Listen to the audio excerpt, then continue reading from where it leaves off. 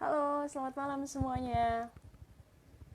Kembali lagi di hari Minggu malam. Waktunya untuk live Instagram 100% manusia, yaitu 100% stay at home. Sebelumnya, sambil menunggu teman-teman yang lainnya, aku mau tanya dulu dong, suaraku kedengaran nggak? Sebentar ya.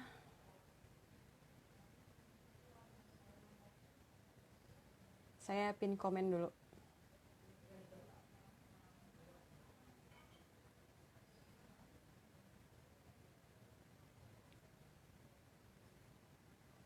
Oke.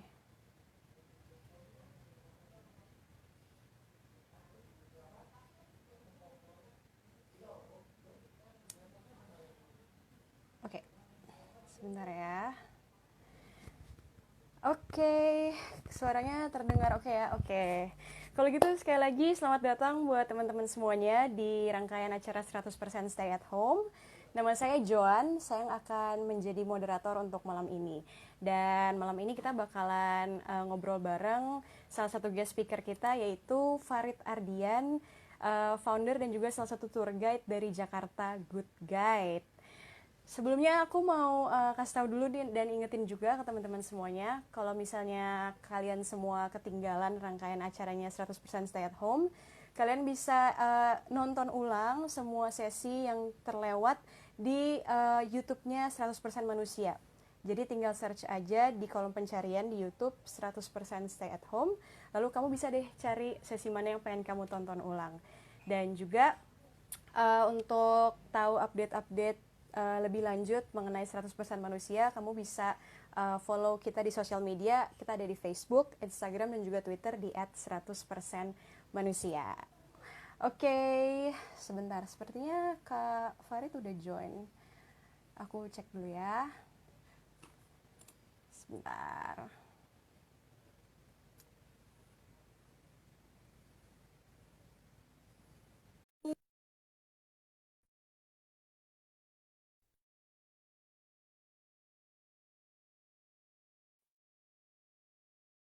Hai,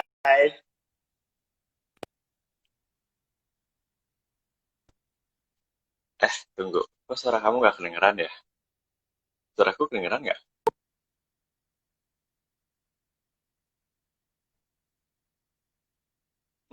Aku nggak bisa dengar suara kamu, Joan.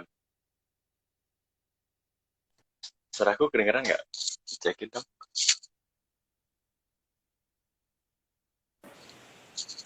Halo, bisa Nah, dengar ya?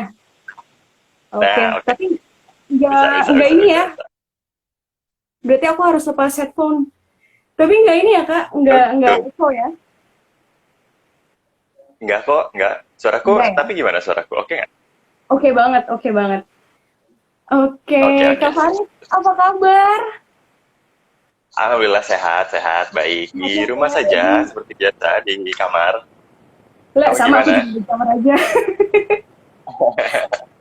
Kak Farid Tapi lagi kamu sibuk latar apa nih belakangnya udah belakangan? hijau ya? Kenapa? Kamu nggak usah pakai green screen, udah latar belakangnya hijau ya? Ya begitulah Kak. Namanya anak media harus kayak gitu ya, kreatif.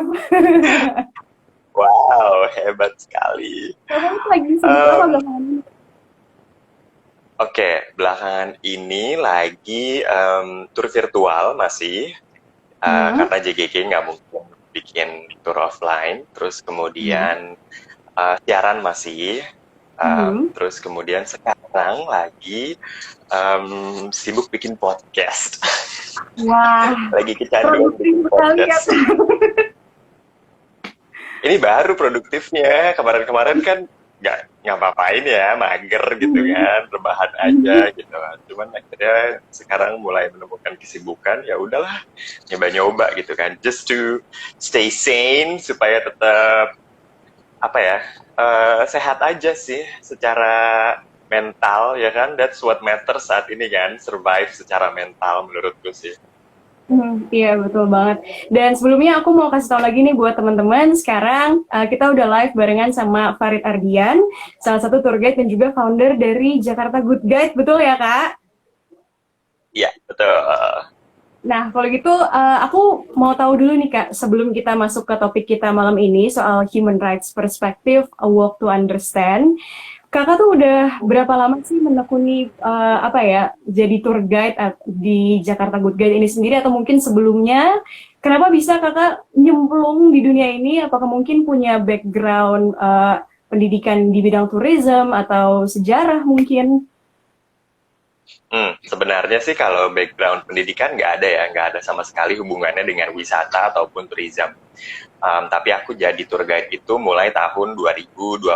Waktu itu sebenarnya karena ngeliat temen jadi tour guide, terus kayaknya seru ya, terus ketemu sama terus asing, jalan-jalan dan segala macam gitulah. Terus akhirnya aku ambil lisensi, karena untuk jadi tour guide itu sebenarnya perlu lisensi dari Dinas Pariwisata waktu itu.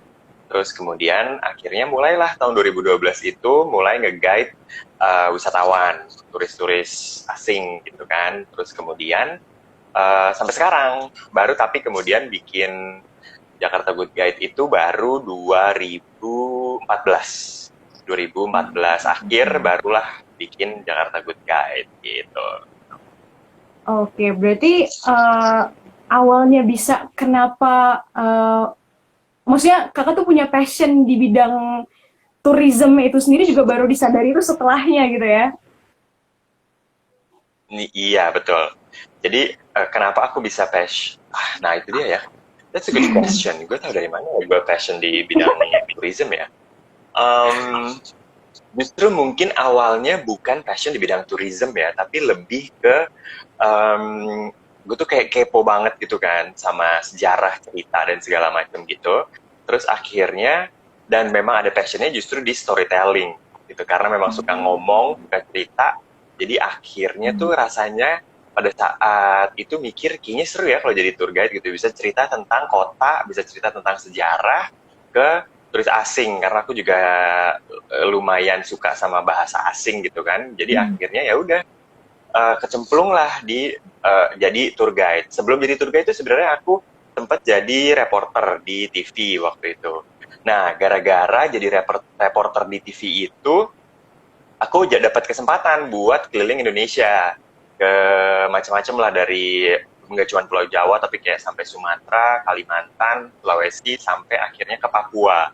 Nah, gara-gara traveling keliling itu, kemudian aku mikir ini aku udah traveling gitu kan, udah ketemu sama banyak orang lokal, nyobain kuliner lokal, ngedalamin budaya lokal gitu kan, ngobrol sama orang lokal. Tapi sebenarnya aku tuh nggak terlalu ngeh sama kota Jakarta sendiri gitu, tempat aku dibesarkan dan aku lahir gitu kan.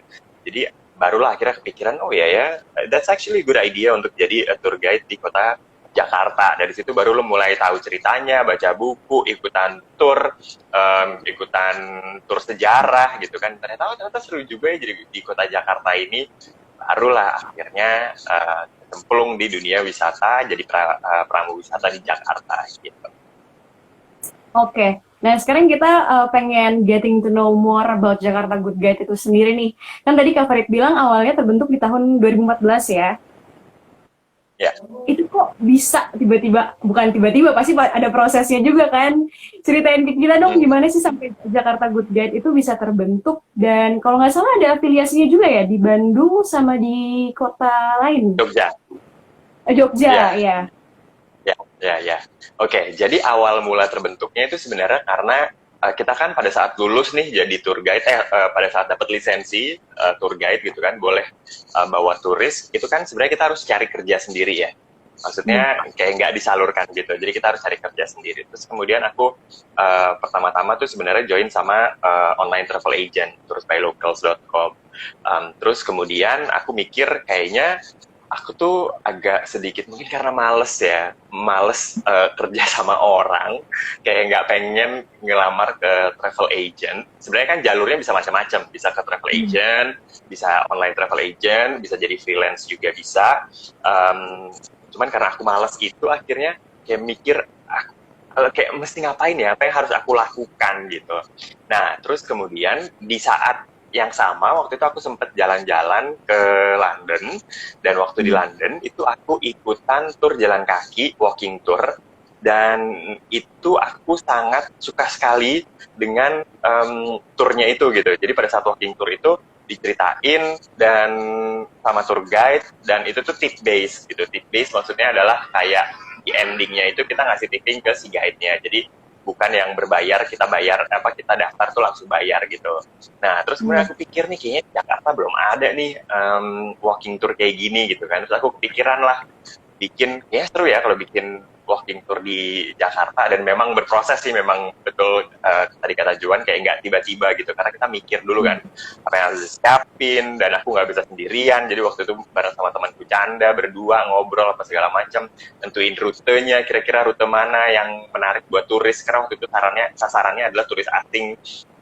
Terus kemudian yang masuk ke wisata masih enak buat jalan kaki dan segala macam. Akhirnya pertama kali banget itu September, pertengahan September tahun 2014 itu, dan waktu itu sistemnya masih belum kayak gini, jadi kayak masih sporadis banget, jadi kita cuma rilis poster, terus udah deh ketemuan setiap hari Sabtu dan Minggu jam 8 pagi di depan Museum Nasional gitu. Dan pas minggu pertama aku datang jam 8 pagi, nggak ada yang datang dong, ya kan, karena siapa yang tahu juga gitu kan, sampai mau ikut juga si tour walking tour. Udah pulang lagi tuh dari jam 8 pagi, terus minggu depannya nyoba lagi, datang jam 8 pagi tetap aja nggak ada yang datang kan, karena waktu itu masih belum promosi dan segala macam. Akhirnya barulah minggu ketiga, tur pertama kita itu mulai 14 September kalau nggak salah ya, 2014 itu. Pas aku lagi nunggu di depan si Museum Gajah itu ada orang Indonesia 6 orang datengin mau ikut walking tour. Aku kaget dong, kayak happy banget gitu. Terus gitu pas udah siap mau jalan jam 8 teng, tiba-tiba ada 2 orang lagi, orang Inggris bule gitu kan, ikutan datang, dan mereka emang pengen ikutan walking tour. Kaget dong gitu kan. Terus kayak oh ya udah, oke, join.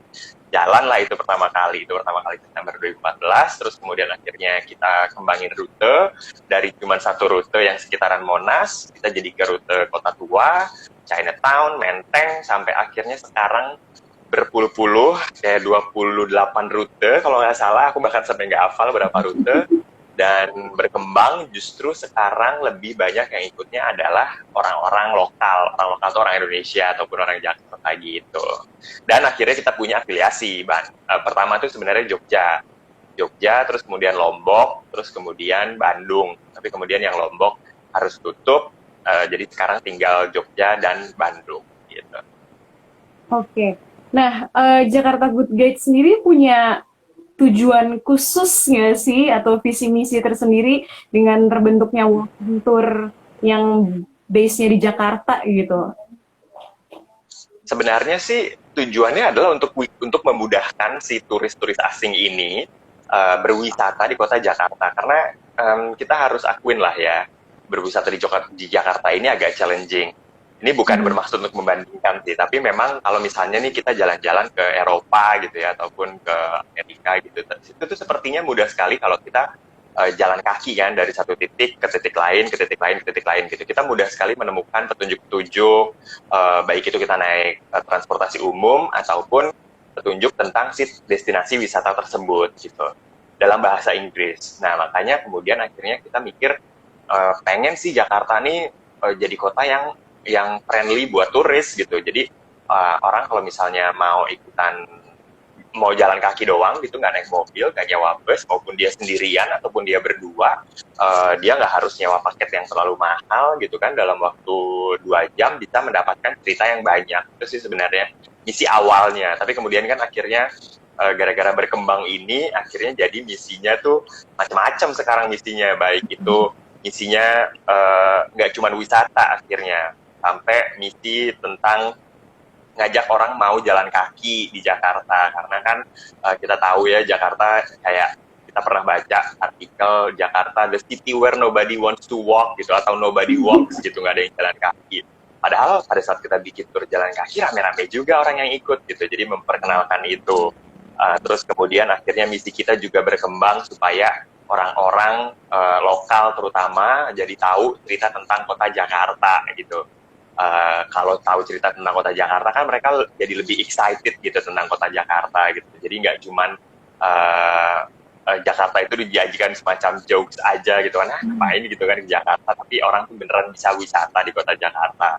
Terus juga akhirnya misi kita berkembang lagi, jadi supaya orang lebih mengenal Jakarta itu dari berbagai macam sisi gitu. Baik itu dari wisata, baik dari monumen yang dilewatinnya, dari cerita sejarahnya, dari tempat ibadahnya, dari pasarnya, jadi dari suku yang hidup di kota Jakarta gitu. Jadi akhirnya lebih mengenal sih kota Jakarta ini sendiri gitu sih. Jadi misinya sebenarnya banyak banget. Nah, ini sebenarnya pertanyaan mungkin orang-orang awam, termasuk aku juga ya, yang tidak mengerti mengenai tourism dan juga jarang jalan-jalan. Kalau misalnya based on apa ya, kayak pay as you wish gitu ya, Ya. tagline-nya atau caranya gitu. Nah, itu apakah Jakarta Good Guide kok bisa jadi sampai sebesar sekarang gitu loh? Maksudnya tetap ada profit-profit yang masuk gitu ya? Karena kan kalau pay as you wish, nggak semua, pasti nggak menentu dong pendapatan yang masuk. Itu gimana ya? Aku juga nggak tahu tuh bisa survive sampai sekarang. Karena apa ya? Karena memang oke. Jadi sebenarnya sistem PSU ini kita juga waktu aku pertama kali bikin itu tuh aku tuh tidak yakin ini akan aku bukan yang nggak yakin akan survive, cuman memang aku tidak berpikiran panjang gitu karena aku memang kayak bukan orang yang visioner gitu kan, yang mikir panjang gitu kan, direncanain semuanya itu enggak. Jadi kayak whatever I want to do itu aku lakukan gitu. Tapi ternyata memang bisa survive. Jadi karena gini, memang pada saat kita pertama kali bikin sistem tipping as you wish itu kita nggak mencari profit gitu. Kita memang tidak mencari profit awalnya. Tapi kemudian lama kelamaan makin berkembang, semakin banyak orang yang ikut, akhirnya orang tuh udah semakin appreciate, orang tuh semakin mengapresiasi apa yang kita lakukan, dan mereka tuh semakin sadar kalau si storyteller ini, si guide ini, itu tuh memang tidak semua orang itu bisa nge-guide gitu, nggak semua orang itu bisa bercerita gitu. Jasa yang diberikan sama si tour guide ini tuh nggak sembarangan juga gitu. Makanya akhirnya kita bisa survive. Jadi sebenarnya kita bisa survive itu ya gara-gara orang-orang yang akhirnya ikut tour sama Jakarta Good Guide gitu. Dan akhirnya juga ada sistem kayak subsidi silang gitu, gara-gara kita mempromosikan walking tour, akhirnya banyak orang yang pengen tur jalan kaki secara private gitu, secara pribadi, baik itu dari keluarganya, atau tamunya, atau temennya yang datang, atau sekolahannya yang mau ikutan tur private. Nah, tur private ini kan berbayar gitu kan, service kita tuh kayak ada fixed price-nya, jadi akhirnya mereka menggunakan jasa kita itu. Sampai akhirnya aku juga nggak menyangka kalau gara-gara Jakarta Good Guide bikin walking tour ini, kita akhirnya dikenal di embassy, di kedutaan besar gitu, kayak embassy Amerika, embassy Australia, Jerman, itu akhirnya sering pakai jasa kita gitu. Dan itulah awal mulanya kita memang tidak menyebarkan kayak profitnya harus dapat banyak gitu kan, duitnya harus dapat banyak gitu. Tapi akhirnya mulai dari awareness sampai orang kenal Jakarta Good Guide dan bisa mau pakai jasanya si Jakarta Good Guide ini gitu sih. Jadi intinya kualitas juga nggak bohong ya, Kak. Dan Iya, betul-betul. nah, ini juga kan apalagi dari lagi masa pandemi gini kan, dimana orang-orang juga nggak boleh ngumpul banyak-banyak, dan juga banyak tempat-tempat wisata juga yang ditutup. Akhirnya adalah yang namanya tour virtual atau virtual tour gitu ya.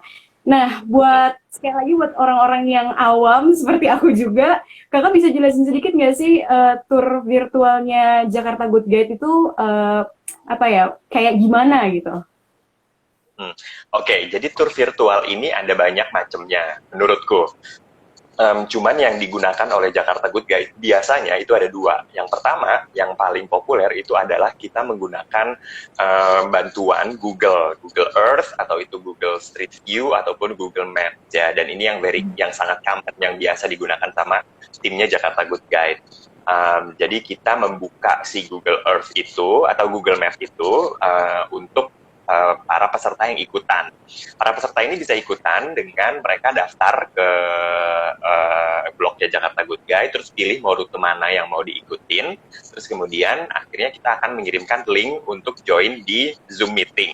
Nah, Zoom meetingnya ini, pada saat Zoom meeting ini, si guide-nya ini akan share screen si Google Map-nya dan juga gambar-gambar yang membantu si ceritanya. Jadi begitu kita melihat si Google Street View-nya yang ada di layarnya peserta itu sambil diceritain. Nah, kayak misalnya contohnya kota Jakarta gitu ya, kita bikin tour ke Kota Tua gitu. Terus ya udah berarti titik pertamanya adalah Pelabuhan Sunda Kelapa. Dibukalah itu si Google Street View-nya Pelabuhan Sunda Kelapa sambil diceritain apa sih sejarahnya Pelabuhan Sunda Kelapa, kenapa Pelabuhan Sunda Kelapa ini penting, terus gimana caranya kalau misalnya mau berkunjung, mau masuk. Terus kalau misalnya udah selesai dari Sunda Kelapa, oke, kita pindah.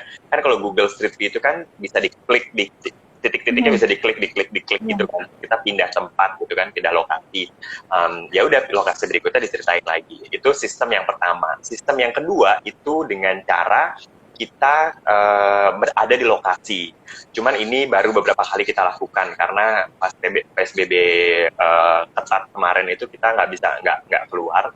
Cuman kalau lagi PSBB transisi ini bisa jadi guide-nya itu berada di lokasi. Misalnya guide-nya ada di lapangan Banteng, tapi si pesertanya tetap melihatnya dari si Zoom meeting-nya. Jadi si guide-nya itu akan cerita tentang hal-hal yang ada di sekitarnya dia gitu. Kayak misalnya lapangan Banteng, apa ceritanya, terus kamera dari si guide-nya ini di handphone-nya menyasar ke si lapangan Bantengnya itu sendiri. Gitu sih. Gitu. Jadi kayak live report gitu ya, Kak?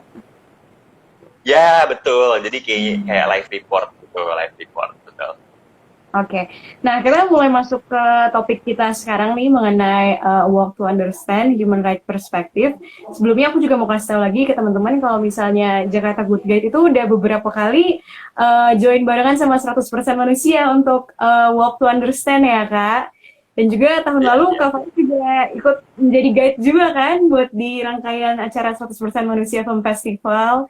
Itu udah nggak kerasa 2 tahun yang lalu loh Kak. Kayak baru kemarin. Sama ya. Maksudnya berasanya kayak well. Nah, jadi teman-teman, Walk to Understand itu sendiri itu dimulai sekitar dari tahun 2017. Aku cerita dulu nih ya, Kak. Jadi kita program dari 100% Manusia di mana kita jalan-jalan juga ke beberapa tempat di Jakarta yang punya latar belakang sejarah gitu, yang berhubungan juga sama keberagaman di Indonesia. Jadi emang tujuannya buat raise awareness dan juga ngagalang donasi buat ngedukung aktivitas-aktivitas yang ngepromosiin mengenai isu-isu hak asasi manusia. Nah, kita mulai ngomongin soal hak asasi manusia nih ya, Kak Farid. Menurut seorang Farid Ardian, seorang tour guide dari Jakarta Good Guide, yang kayaknya juga udah melihat banyak cerita dari segala macam sudut pandang ibu kota Jakarta, definisi human rights atau hak asasi manusia menurut Kak Farid gimana? Oke, apa ya human rights? It's basically hak yang melekat pada setiap manusia dari saat dia dilahirkan ya menurutku. Yaitu ya hak-hak dasar seperti hak untuk hidup, kebebasan berpendapat, berpegang teguh pada keyakinan dan segala macam lah. Yang aku sebenarnya pada saat kita bikin A Walk to Understand pun segala hal tentang human rights itu aku tidak it's not really on the base of our idea gitu untuk bikin tentang human rights, tapi ternyata memang ternyata dari cerita-cerita yang kita gali dan tujuan dari A Walk to Understand itu sangat beririsan dengan human rights atau hak asasi manusia itu sih sebenarnya. Makanya akhirnya A Walk to Understand itu yang tentang keberagaman itu akhirnya jadi saya lebih mengerti tentang kebebasan beragama ataupun berkeyakinan di Indonesia gitu sih. Nah, terus Kak Farid sendiri ngelihat perkembangan jangan di Indonesia deh, mungkin di Jakarta. Perkembangan HAM kayak gimana menurut Kakak? Apalagi kalau misalnya Kakak juga udah tahu kan banyak cerita dari berbagai tempat yang udah Kakak telusuri di Jakarta. Menurut Kakak gimana? I don't think it's getting better ya, karena kalau misalnya kita cerita dari zaman dulu, memang hak asasi manusia ini selalu jadi masalah sih menurutku. Mulai dari ketika Jakarta dibangun pertama kali dengan adanya, dulu kan di Jakarta itu slaves ataupun budak itu kan jadi komoditas dagang gitu. It's obviously menyalahi hak asasi manusia gitu kan. Terus kemudian ada opresi-opresi dari zamannya Belanda terhadap kebebasan orang untuk hidup. Terus kemudian makanya di Jakarta itu banyak sekali segregasi kampung kayak Pecinan, terus kemudian kampung Bali, kampung Badan, kampung Melayu. Ini kan sebenarnya diciptakan sama Belanda gitu kan. Jadi mereka sebenarnya tidak hidup secara bebas gitu. Terus kemudian setelah Indonesia merdeka, it might actually get better karena orang Indonesia bisa menentukan hidupnya sendiri. Cuman kemudian kita tahu di zamannya Orde Baru banyak juga represi-represi yang terjadi, terutama dalam hal agama dan juga rasisme. Terus kemudian sampai sekarang menurutku intoleransi tentang dan juga pelanggaran HAM yang belum selesai juga masih jadi PR besar banget sebenarnya kan untuk Indonesia dan juga Jakarta. Karena menurutku kalau misalnya kita ngomongin tentang pelanggaran HAM yang terjadi di Indonesia, itu tidak hanya terjadi di pokoknya terjadi di semua daerah ya, maksudku tidak hanya di Jakarta tapi juga di luar kota Jakarta. Tidak hanya untuk masyarakat adat di luar Jakarta, tapi pun di Jakarta yang kota sebesar ini pun ternyata masih banyak terjadi pelanggaran HAM. Karena memang Jakarta sebagai pusat kota gitu kan, pusat negara gitu sebagai ibu kota. Jadi menurutku, I don't know how we do this, how we solve this, how kita bisa membuat pelanggaran HAM ini jadi lebih kecil ataupun kasusnya bisa diusut dan segala macam ya. Kalau misalnya memang yang melanggar HAM-nya sendiri adalah yang berkuasa gitu, so it's a difficult thing to do. Oke. Nah, selain itu kira-kira pelajaran apa lagi sih yang bisa Kak Farid ambil dari tempat-tempat bersejarah yang ada di Jakarta atau mungkin yang ada di Indonesia yang selama ini Kakak telusuri gitu? Oke, kalau menurutku, jadi dari satu lokasi wilayah, kayak contohnya pada saat kita menentukan rute A Walk to Understand. Sebenarnya dari satu lokasi wilayah itu sendiri, itu adalah tentang diversity, tentang keberagaman, tentang bagaimana orang itu bisa hidup dengan orang yang mungkin berbahasa berbeda, ataupun keyakinan berbeda, ataupun suku yang berbeda. Contohnya kayak Pasar Baru. Within the area of Pasar Baru, itu kita bisa menemukan masjid tua. Kita bisa menemukan gereja Protestan tua, gereja Penil. Kita bisa menemukan gereja Katolik, katedral. Ada Masjid Istiqlal di situ. Ada kelenteng yang dibangun di tahun 1800-an di situ. Terus kemudian ada Sikh Temple di situ. Ada Saksi Yehovah di situ. Dan mereka tuh kayak dalam radius kurang dari 5 km, mereka tuh hidup dengan nyaman gitu. Mereka bisa berinteraksi, bisa bersosialisasi dengan nyaman. Tapi tidak hanya, dan ternyata tidak hanya di Pasar Baru gitu. Aku menemukan pola-pola ini sebenarnya banyak tersebar di Jakarta. Baik itu di tempat yang bersejarah kayak Kota Tua ataupun Glodok deh gitu. Di Glodok itu ada satu, udah pasti kalau misalnya ngomongin Glodok orang mikirnya hanya kelenteng tua kan di situ, tapi ternyata enggak loh. Di situ juga ada masjid tua di daerah Glodok gitu. Ada kampung Arab itu nggak jauh lokasinya dari Glodok, sampai ke bukan hanya pusat dan barat, sampai kita kalau misalnya jalan-jalan ke Cilincing di Jakarta Utara gitu. Di Jakarta Utara itu ada Masjid Al-Alam yang dipercaya udah ada dari tahun 1600-an.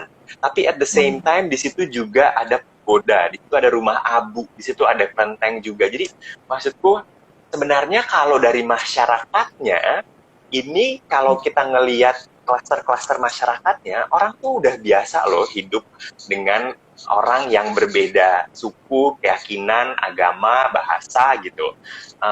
Dan Jakarta sebagai melting pot, sebagai tempat kumpulnya suku-suku, itu sebenarnya sangat besar gitu toleransinya terhadap suku lain ataupun orang-orang yang berbeda. Nah, berarti kan yang salah, ada sesuatu yang salah di sini.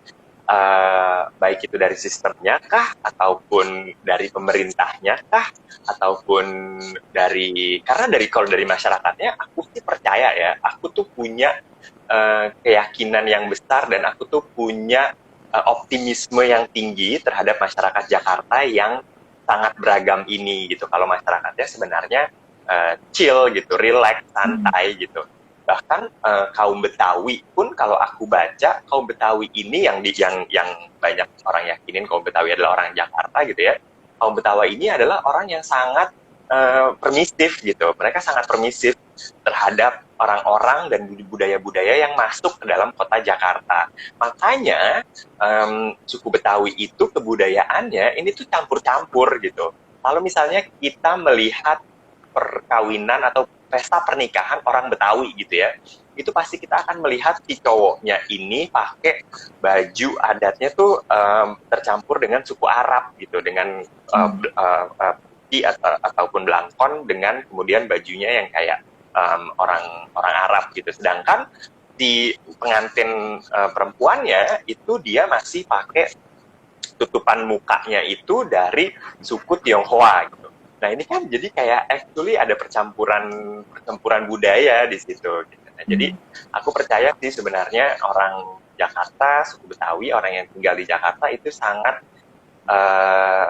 konsep toleransinya tuh udah melekat sekali dalam hidup mereka gitu. Jadi pelanggaran hak asasi manusia seharusnya ya dalam dunia yang idealnya sih tidak terjadi. Gitu. Nah, ketika kayak kakak lagi nge-guide, terus habis itu kakak ngejelasin misalnya ya mengenai isu diversity kayak gitu, misalnya, oh di sini ada gereja tua yang berbarengan juga dengan masjid tua, dengan kelenteng tua. Nah, itu antusias atau respon dari peserta walking tour itu sendiri, mereka gimana sih, Kak? Apakah mereka kayak amazed gitu dengan, oh ternyata iya bener, kalau zaman dulu orang-orang tuh hidupnya berdampingan, meskipun di tengah keberagaman. Apakah mereka awareness mereka apakah jadi kelihatan begitu atau gimana? Yes, so far sih dari orang-orang yang ikutan turnya Jakarta Good Guide itu memang selalu excited ya dengan cerita-cerita seperti itu. Entah mungkin karena begitu mereka udah sign up, mereka udah daftar tuh mereka udah tahu gitu apa yang akan mereka kunjungin atau cerita apa yang akan mereka dapatkan.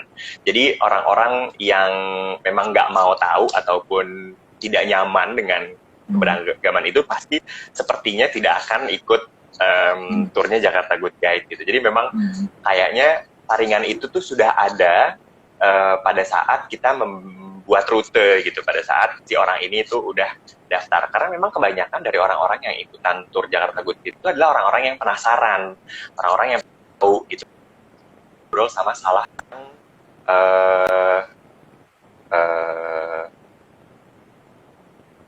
aku nggak bisa ngeliat kamu ya, Joan.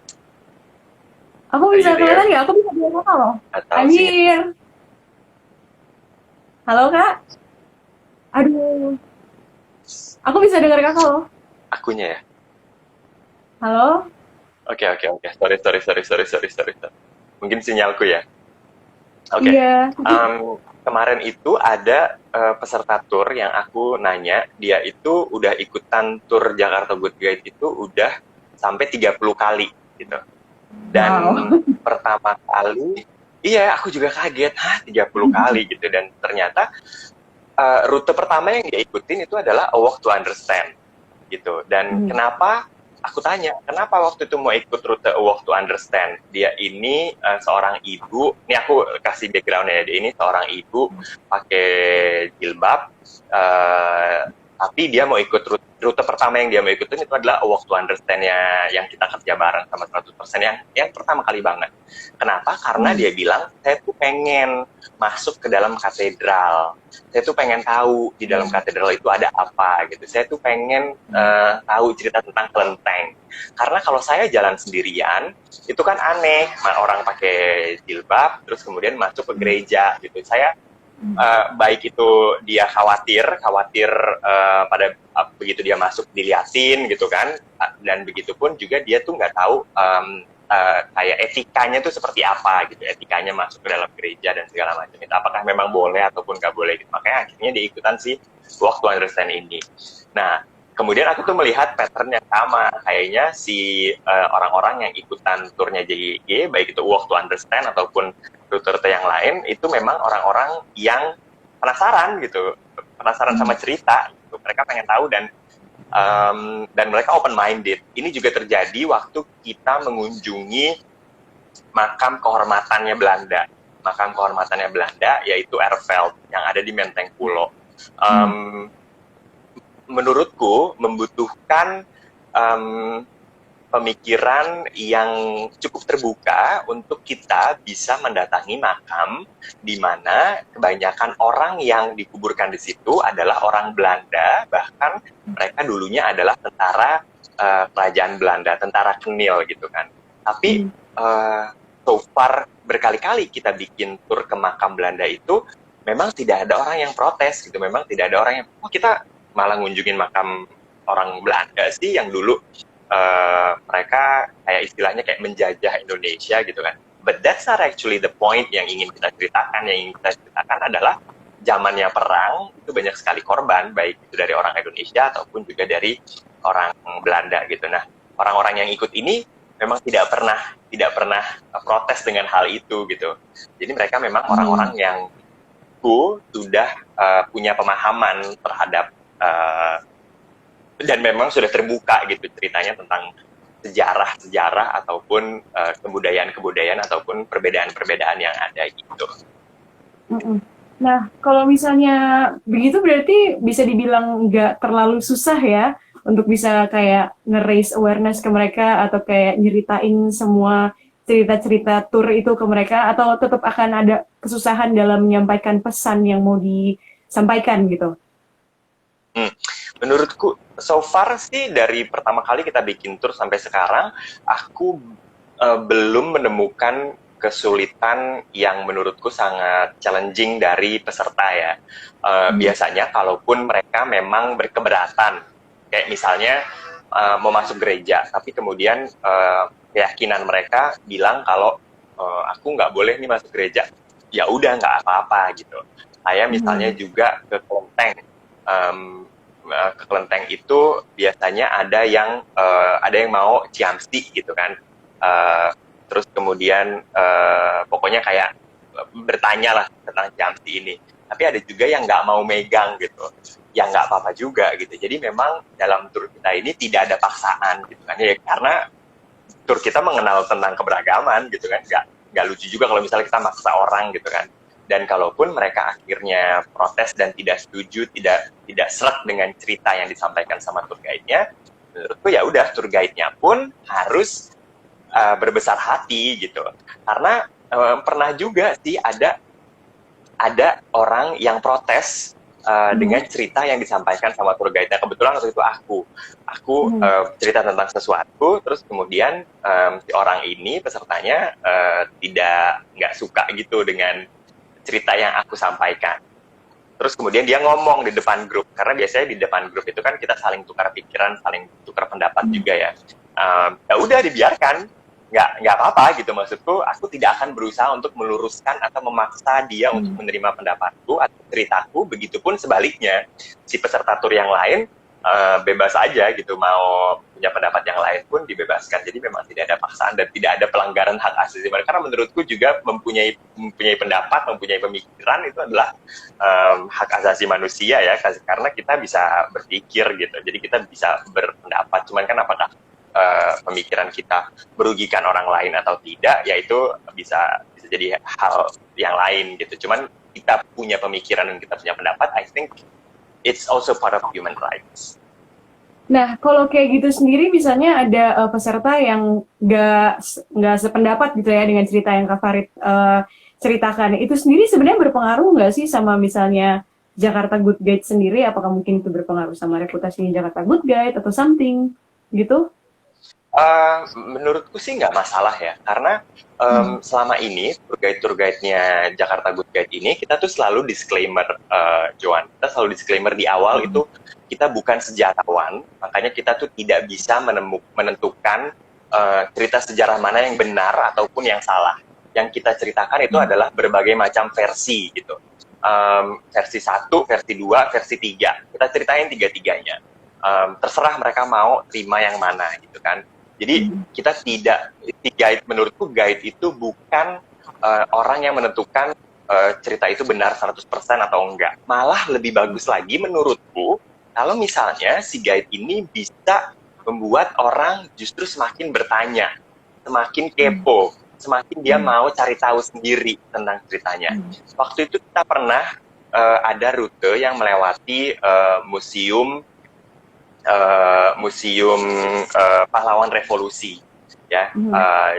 Dan begitu kita tahu lah ya cerita tentang pahlawan revolusi ini, pokoknya banyak sekali ceritanya. Di ending itu kita selalu memberikan ke si peserta kita untuk lebih mencari tahu lagi tentang apa yang sebenarnya terjadi waktu tahun 1965 sampai 1966. Jangan sampai cuma tahu dari satu versi aja gitu. Jangan sampai cuma tahu dari versi guide-nya aja, ataupun dari versi yang kita tonton di TV, ataupun dari versi film yang kita tahu, ataupun dari satu buku gitu. Karena banyak sekali angle-angle yang bisa diambil di situ yang menurutku menarik gitu. Jadi memang Jakarta Good Guide ini pun kita tidak pernah bilang kalau kita sejarawan, kita bukan budayawan, kita bukan, pokoknya disclaimer-nya tuh itu gitu. Jadi orang begitu ikutan tur kita tuh udah tahu, oke, yang dia ceritakan belum tentu 100% benar, belum tentu 100% salah gitu. Gitu sih. Oke. Nah, teman-teman dan juga Kak Farid, kita udah masuk di sesi Q&A. Kalau misalnya ada yang mau bertanya, boleh silakan ketik di kolom komentar. Tapi aku juga udah nampung pertanyaan-pertanyaan yang dibuka dari question box 100% kemarin. Dan sambil nunggu komentar lain nih ya Kak, aku mulai bacain ya Kak. Pertama, kenapa sih Kak Farid suka banget walking tour? Kan capek dan panas Kak. Kenapa ya? Karena menurutku dengan jalan kaki itu kita tahu lebih banyak loh dengan berjalan kaki. Karena dengan berjalan kaki, jadi percaya nggak sih dulu tuh sebenarnya aku juga nggak suka jalan kaki. Jadi dulu tuh aku kemana-mana tuh nyetir, naik mobil. Cuman akhirnya pada saat bikin walking tour baru akhirnya suka jalan kaki. Dan ternyata merasakan kalau jalan kaki itu yaitu kita bisa melihat lebih banyak, kita bisa keluar dari bubble kita bisa keluar dari bukan comfort zone ya, tapi kayak keluar dari lingkungan yang kita cuman ada, kayak misalnya kita naik mobil gitu, misalnya kita naik mobil kan kita dari rumah ke kantor ya udah gitu, selama di perjalanan pun kita hanya berada di dalam mobil gitu. Tapi kalau misalnya kita jalan kaki ataupun naik transportasi umum, ini kayak udah mulai lebar sih. Cuman maksudku pada saat kita jalan kaki ini kita akan ketemu sama banyak orang, kita merasakan betapa susahnya jalan kaki di Jakarta. Nah, harapannya dengan kita merasakan susahnya jalan kaki, susahnya nyebrang, ternyata naik JPO itu melelahkan, kita melihat berbagai macam jenis orang, harapannya tuh empati-empati itu tuh akan muncul dan akan timbul gitu. Dan makanya kenapa aku suka jalan kaki itu gara-gara itu gitu, karena kita bisa melihat lebih banyak. Kita ketemu jajanan itu juga gara-garanya dari jalan kaki kan, temu jajanan yang enak, ataupun nyicipin kuliner, ataupun es krim, ataupun minuman, itu menurutku dari jalan kaki gitu sih. Kak, ada question tuh dari Kak Semi Simanjuntak. Hai Sam. Katanya Kak Semi, gimana sih cara jaga kesehatan kulit khususnya muka pada saat walking tour? Kan Jakarta polusinya parah ya, belum lagi sinar mataharinya yang terik. Ada tipsnya nggak Kak? Betul sekali. Ini kayaknya gara-gara aku udah nggak jalan kaki ya dari bulan Maret, kayaknya kulit aku tuh bersihan, kelihatan nggak sih? Tapi emang menurutku mataharinya Jakarta, polusinya Jakarta itu jahat banget sih. Jadi sebisa mungkin memang kita berada di dalam ruangan ya.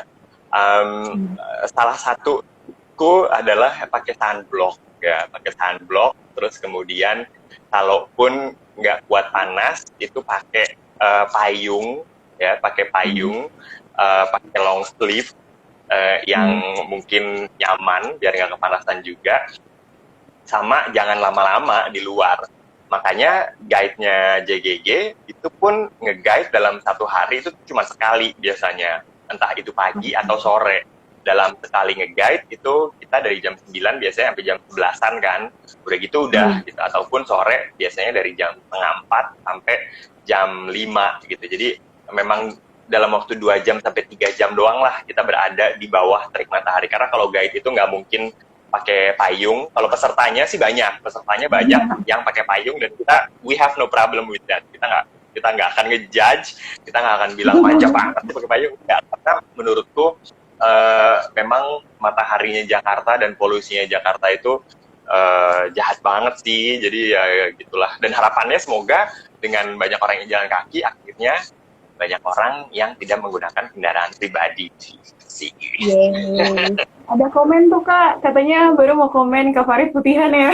Oh my god. Mas, ini adalah hasil tidak nge-guide dari bulan Maret. Coba, menurutku kulitku tuh putihan loh, bertihan, ya kan?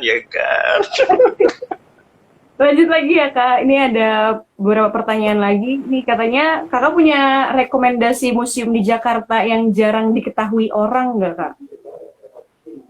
Oke, museum di Jakarta. Oke, jadi museum itu percaya atau enggak di Jakarta, kemarin aku baru ngitung dari Wikipedia itu ada sekitar 70%-an museum di Jakarta. Favoritku itu adalah Museum Taman Prasasti. Nah, di Museum Taman Prasasti ini aku tuh selalu menyebutnya ini adalah museum tentang kisah cinta. Kisah cinta baik itu antara orang dengan orang lain. Contohnya kayak misalnya Olivia Mariamne Raffles, yang dia adalah istrinya Thomas Stamford Raffles, itu dimakamkan di situ. Terus kemudian cinta antara seorang pastor dengan anak-anak terlantar, karena dia juga dimakamkan di situ. Ada seorang pastor Belanda yang dicintain banget sama orang-orang Batavia waktu itu, dan bahkan cintanya itu melebihi batas keyakinan dan juga agama. Terus juga ada cinta seorang aktivis yang namanya Suhoki, yang sangat cinta dengan tanah airnya, makanya dia selalu lantang memperjuangkan minoritas, dan juga sangat memprotes pemerintahan, baik itu pemerintahan zamannya Bung Karno dan juga Pak Harto, karena menurut dia banyak sekali penindasan yang terjadi, tapi dia itu sangat cinta dengan negaranya, dia sangat cinta dengan rakyatnya, dia sangat cinta dengan alam, makanya kemudian dia meninggal di Gunung Semeru. Itu salah satu museum favoritku. Plus juga itu adalah museum outdoor. Museum outdoor tapi banyak pohon ya, jadi nggak terlalu panas. Plus juga museum yang koleksinya menarik karena koleksinya adalah batu-batu nisan. Museum Taman Prasasti itu sih salah satu museum kesukaanku yang kayaknya tidak terlalu banyak orang yang kunjungin. Ada juga Museum Kebangkitan Nasional. Nah, Museum Kebangkitan Nasional juga menurutku ini punya banyak sekali cerita sejarah, dan gedungnya cantik sekali, tapi sayang sekali agak sedikit underrated ya. Maksudku tidak terlalu banyak orang yang mengunjunginya, padahal dia lokasinya ada di Jakarta Pusat, dan lokasinya bagus banget. Di Museum Kebangkitan Nasional, gedungnya banyak cerita, dan masuknya juga murah. Jadi menurutku itu juga bisa dikunjungi. Oke, ini next nih Kak. Pertanyaannya, sejauh apa sih pandemik global ini mempengaruhi minat orang-orang buat ikutan virtual tour? Ketika kita pertama kali bikin virtual tour di bulan April, itu masih memang kayak orang masih bertanya-tanya, seperti apa sih virtual tour? Nggak seru virtual tour gitu kan, nggak beneran kayak jalan-jalan gitu kan. Itu di bulan April. Bulan Mei juga kayaknya orang mulai kayak ya udahlah ya, kita karantina di rumah aja, karena kan itu zaman-zamannya Jakarta juga PSBB ketat gitu kan. Jadi work from home baru happening, jadi orang tuh kayak mencari hiburan dari rumah. Akhirnya mulai bulan Mei itu mulai rame. Bulan Juni itu puncaknya orang-orang oke, udah banyak nih yang ikutan tour virtual, udah banyak juga yang bikin, jadi orang udah semakin rame ataupun yang tahu dengan konsep tur virtual, itu pokoknya bulan Juni itu kita bikin tur virtual sampai setiap hari, Senin sampai Minggu, bahkan satu hari itu kita bikin 2 kali, pagi dan juga sore, karena kita pengen menghibur orang-orang yang kerja dari rumah. Tapi kemudian kan bulan Juli masuk ke, kalau nggak salah, PSBB transisi, Juli atau Agustus aku lupa, itu mulai PSBB transisi. Nah, PSBB transisi itu kan orang udah mulai bekerja, udah mulai keluar, udah mulai beraktivitas seperti biasa, itu tur virtual udah mulai turun. Bulan September, orang nih kayaknya udah mulai jenuh dengan Zoom, webinar, online, conference, itu udah mulai jenuh sekali. Akhirnya tuh kita drop tuh di bulan September, termasuk di bulan Oktober ini, jadi memang kita tidak terlalu banyak bikin tur virtual, karena kita mengerti. Nah, yang lucunya, bukan yang lucunya sih, yang untungnya sebenarnya adalah bulan Oktober ini kita banyak sekali menerima tur virtual yang secara private. Jadi sepertinya kayak sekolahan ini pengen, mungkin mereka juga udah bosan gitu ya kelas secara online dan gurunya doang yang ngajar.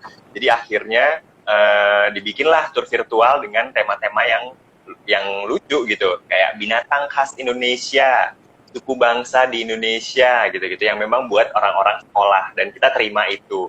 Plus juga kemarin kita baru terima dari perusahaan yang pengen bikin tur virtual, karena kan biasanya perusahaan itu ada outing kan, ada team building lah, outing, bonding, apa segala macam, cuman kan mereka nggak bisa gitu, jadi akhirnya semuanya dialihkan ke virtual. Dan untungnya pas bulan Oktober ini banyak nih perusahaan sama sekolahan yang bikin tur virtual, jadi ya masih 50-50 lah, we'll see seperti apa nanti November dan juga Desember. Nah, ini dia pertanyaan aku, Kak. Kalau misalnya tur virtual kayak gitu, apakah kayak pesan dari cerita yang mau disampaikan itu bisa mereka terima dengan baik gitu? Karena kan kayaknya, yang tadi kita bilang juga, orang-orang mungkin mikirnya, it's not the same kalau misalnya kayak kita pergi on-site gitu. Ya, memang tur virtual ini menurutku tidak bisa menggantikan traveling ataupun perjalanan yang sesungguhnya gitu ya. Karena kalau kita perjalanan sesungguhnya kan kita berada di lokasi ya, kita bisa foto, kita bisa nyicipin, bisa ketemu orang, dan pokoknya beneran tahu, beneran ngelihat gitu. Jadi memang tidak bisa menggantikan. Nah, makanya kemudian si tour guide-nya ini harus pintar sekali bercerita. Tidak hanya sekedar menyajikan fakta menurutku. Kayak misalnya tentang Museum Fathahillah gitu. Kita tidak bisa hanya cerita museum ini dibangun di tahun 1700-an dan dulunya dia adalah City Hall ataupun balai kota. Tapi ceritanya itu harus lebih menarik dari itu, karena orang tuh udah menatapnya cuma layar gitu. Orang menatap layar kan nggak bisa lama-lama ya. Jadi kita ceritainnya tuh kayak misalnya, percaya nggak sih dulu banyak sekali orang yang dipenggal ataupun dihukum mati di depan Museum Sejarah Jakarta ini, karena dulu di lapangan Fathahillah ini adalah tempat orang buat hukuman mati, dan mereka ditonton sama banyak orang. Jadi ceritanya itu harus lebih menarik menurutku. Plus juga energinya, energi si tour guide ketika dia bercerita di depan layar, di depan kamera, itu menurutku harus 120%. Kenapa? Karena kalau ceritanya kayak kita ngobrol biasa nih kayak gini, orang tuh nggak akan dapat energinya dan akan bosen gitu. Jadi energinya tuh kita tuh harus berapi-api, kayak beneran berapi-api gitu, kayak yang so this is the most interesting part. Jadi ini tuh adalah bagian yang paling seru. Jadi kalian bayangin di abad ke-18 itu tuh ada ini gitu. Jadi kayak energinya sih kayaknya mungkin lebay ya, cuman percaya atau enggak ya, yang akan diterima sama si peserta di depan layar pada saat tour virtual itu tidak 100% gitu. Itu akan terreduce bahkan 60 ataupun cuma 50%. Plus juga nggak bisa lama-lama tuh ceritanya dari satu titik gitu. Jadi harus pindah dalam waktu berapa menit tuh harus pindah. Otherwise orang akan bosen. Itu sih biasanya yang dilakukan sama guide-nya di tour virtual. Nah, terus tadi ada pertanyaan juga nih, masih dari Kak Semi. Katanya buat Kak Semi itu Kak Farid adalah sangat inspirasional banget sebagai salah satu tokoh. Nggak jelas. Jadi kakak juga ngasih insight tentang nilai-nilai toleransi nggak sih kalau lagi nge-guide di tengah kondisi yang tidak terlalu oke? Yes, aku berusaha untuk menyajikan mungkin bukan fakta ya, tapi lebih ke kenapa dulu itu orang-orang, kenapa misalnya di Glodok itu bisa yang jualan di pasarnya bukan hanya orang Tionghoa, tapi udah diterima lah orang-orang lain gitu kan, ataupun tentang budaya-budaya yang akhirnya jadi asimilasi gitu kan. Tapi aku juga biasanya aku itu menceritakan kejadian-kejadian yang tidak mengenakan. Kayak misalnya kita, apalagi kayak misalnya kita lewat di kota tua gitu ya, itu biasanya aku juga ceritain dulu terjadi pembantaian di tahun 1740, pembantaian untuk etnis Tionghoa yang dilakukan sama Belanda. Kalau misalnya kita lewat ke Glodok, biasanya aku ceritakan juga tuh kejadian kerusuhan tahun 98, karena Glodok salah satu yang paling parah. Terus juga Pasar Baru gitu, aku ceritain kerusuhan tahun 98 juga, yang gerejanya hampir mau dihancurkan gitu. Nah, sebenarnya aku menceritakan itu bukan untuk nakut-nakutin, tapi untuk ngasih tahu supaya ini tuh tidak terjadi lagi. Karena menurutku orang Indonesia itu adalah orang yang forgetful ataupun pelupa gitu. Jadi kita tuh suka lupa sama kejadian. Padahal 98 sebenarnya tidak terlalu lama loh gitu. Tapi ada orang yang tidak tahu tidak tahu apa yang terjadi waktu tahun 98. Tahun 65 itu tuh masih abad ke-20 gitu, dan cerita tentang sejarah tahun 65 itu banyak dibahas di mana-mana. Tapi percaya atau tidak, aku pernah nge-guide, ada satu orang Indonesia yang nanya, "Mas, sebenarnya apa sih yang terjadi tahun 65? Emang kenapa sih apa yang terjadi dengan jenderal-jenderal ini? Kenapa sih mereka diculik?" Aku tuh sampai bingung gitu, aku sampai diem dulu, terus ngelihat dia memang mau ngetes atau beneran dia nggak tahu gitu. Sampai akhirnya aku tahu, oh ternyata dia nggak tahu gitu. Terus kemudian bahkan ada satu waktu aku iseng nanya, bukan nanya sih, beneran nanya waktu itu, kayak, oh enggak, waktu itu ada turis asing, ada bule nanya ke aku, karena aku cerita tentang presiden Indonesia gitu kan, dari satu sampai sekarang gitu kan. Bule ini nanya ke aku, who is your favorite president gitu kan. Terus aku jawab lah gitu kan, ini gitu. Tapi aku bilang sama si bule itu, jawaban setiap orang kalau kamu tanya ke orang Indonesia tentang presiden kesukaannya atau presiden idolanya, itu pasti jawabannya akan beda-beda gitu kan. Nah, kebetulan waktu itu ada peserta orang Indonesia, ada 2 atau 3 orang Indonesia. Coba aja tanya sama mereka gitu kan, siapa presiden favorit mereka. Terus ada satu orang yang jawabnya adalah Pak Harto. Aku kayak, oke, baik. Aku kayak, oke, baik. Terus aku akhirnya kepo, penasaran. Oh iya, kenapa menurut kamu presiden kedua itu yang paling baik di antara 7 presiden ini gitu kan? Terus ya dia jawab lah. Cuman ya udah, aku tidak berusaha untuk mematahkan jawabannya dia gitu kan, karena aku juga tidak ingin menjatuhkan si peserta itu di depan peserta lainnya kan. Jadi kayak, oh oke, kalau menurut kamu memang he is the best president or your favorite president, ya nggak apa-apa juga. Itu sih. Oke. Nah, Kak, karena memang waktu kita juga kayaknya udah mau habis. Nah, ini Ya ampun, terakhir. maaf ya Joan, karena kamu ngobrolnya sama tour guide, jadi nggak bisa berhenti kalau bisa ngomong. Gak apa-apa banget dong. Aku mau ini aja deh, Kak. Kira-kira tips dari Kakak gimana caranya supaya kita bisa lebih aware sama keadaan di sekitar kita ini. Apalagi melihat bahwa ngomongin soal human rights, nggak semua orang mendapatkan hak asasi yang sebagaimana harusnya mereka dapat.